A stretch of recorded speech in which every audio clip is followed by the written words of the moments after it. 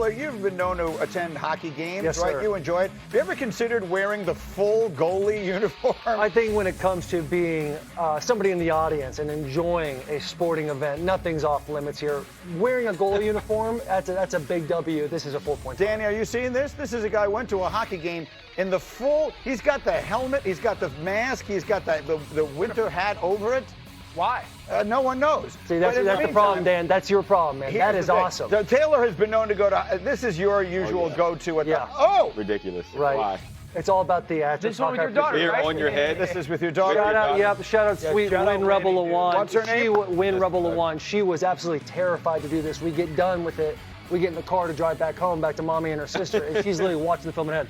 Hey, Dad, next time we do this, I'm going to dump the water on my head. She got a whole game plan going on. Dog. She's People a are gamer. fist bumping. This is what makes sports awesome. Okay, and now who does it better? Is it you or Bakhtiari? Bakhtiari, it's hard to look. 4. We need a clock. Well, I'm glad you brought that up, Dan. We actually do a beer Olympics, and David Bakhtiari was a part of it, and we've actually had this race before. If you want to know who won that, there's a YouTube channel to figure that out. Okay, I guess we're going to tell everybody right now what happened. Sorry, my dog. David But Bakhtiari. you look at these two right here. You like to see Taylor finish the beer. He kind of, halfway. set it for a second and dump it. Right. Yeah, Jason that's Kelce making does him great, late. too.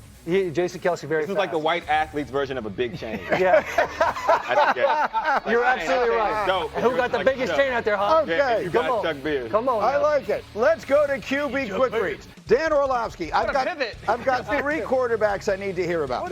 And the first one is Drake May. What am I seeing in the young New England Help on the perimeters of their protection to give them a pocket to climb up into. He's 20 of 27. their coach? Mike Vrabel was their coach. It's been suggested to me he is going to desperately want to exact revenge. You played for him in Tennessee. What do you expect? I think if he knows how to handle the podium, this one is personal for Mike Vrabel. He'll tell you it's not. It's all about the players. But at the end of the day, he wants to walk into Nissan Stadium and he wants to put up 3 scores in these guys and then eventually go for 2 at the end of the game and give him the old, it's because I couldn't go for 3. Exactly. I bet Nissan cheers for him. I bet he gets some cheers. I think that is. Titans, they're in such disarray. This conversation breaks my heart, but Will Compton is absolutely correct. All right, next one. Next quarterback I want to hear about, Dan, the even younger Jackson. Rings, but we can't take hit after hit, especially this weekend going against the Denver front that absolutely chases quarterbacks. He's going to get Rashee Rice back this week. What are we looking at? Yeah, yards after the catch. No receiver led the NFL or had more catches in the NFL through the first 3 weeks than Rashee Rice did last year. It gives him the yards after catch guy. That's the one missing piece that we've seen on this offense over the past couple weeks.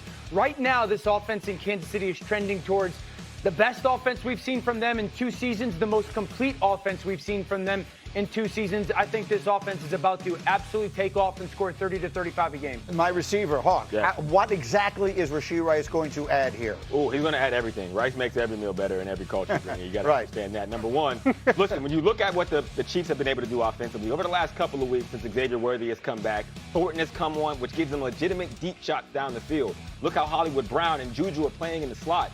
This makes this receiving core probably the most dynamic in the NFL because they have weapons on every piece of the field. And if you give that to Patrick Mahomes, I hate to tell you, it seems like it's going to be the same old story. So that's the thing. The more things change, the more they stay the same. We spent 6 weeks of the season figuring out who's the real team. Oh, it's obviously Buffalo. Baltimore is the most talented. The Steelers are doing their thing. The Chargers were going to run away with it. At the end of the day, the path to the Super Bowl goes through Kansas City again. Death taxes in Kansas City is exactly what it is. Patrick Mahomes, even before when he didn't have the weapons after he lost Xavier Worthy in week 1, was still playing at an MVP caliber level. He was throwing, I think, on extended plays, he had 536 yards. That's pass plays over 4 seconds for all of you guys watching.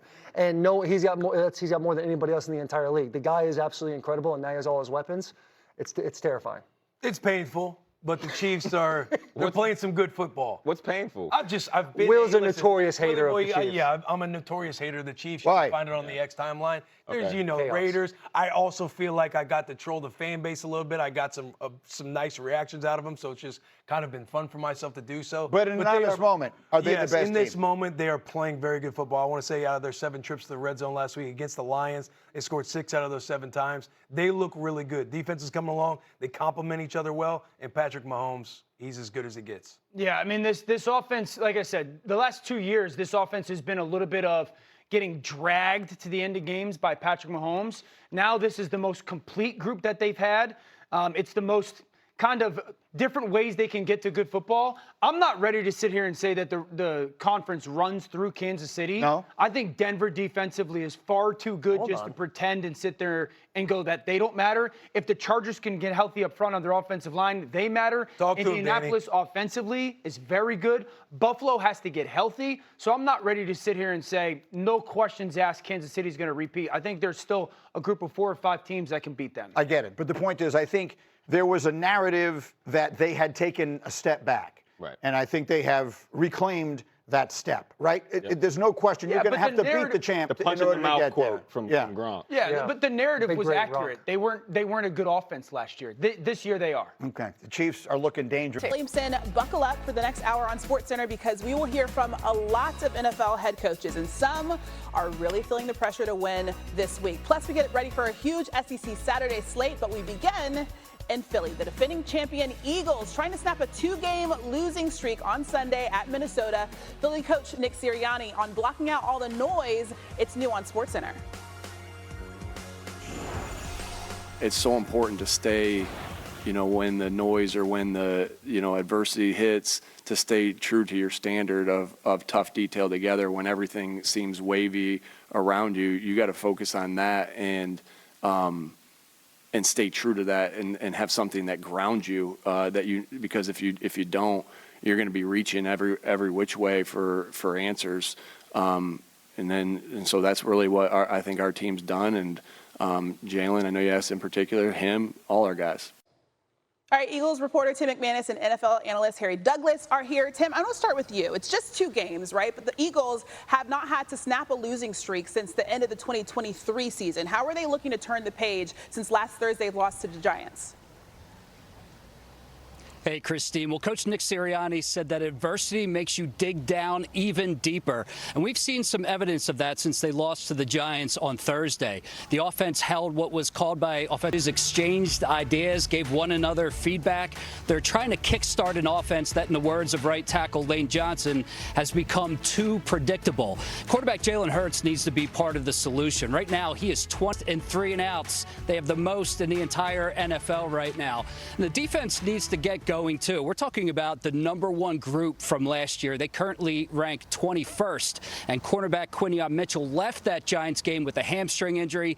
His status is a big thing to monitor this week, with the Eagles going up against Justin Jefferson on Sunday. Okay, so HG, Tim just explained there are issues obviously on both sides of the ball in Philly. Which unit do you think has been more problematic? Well, everyone's going to focus on the offense, and rightfully so, Christine, because all of the money is spent on that side of the ball. But I'm leaning towards their defense. Like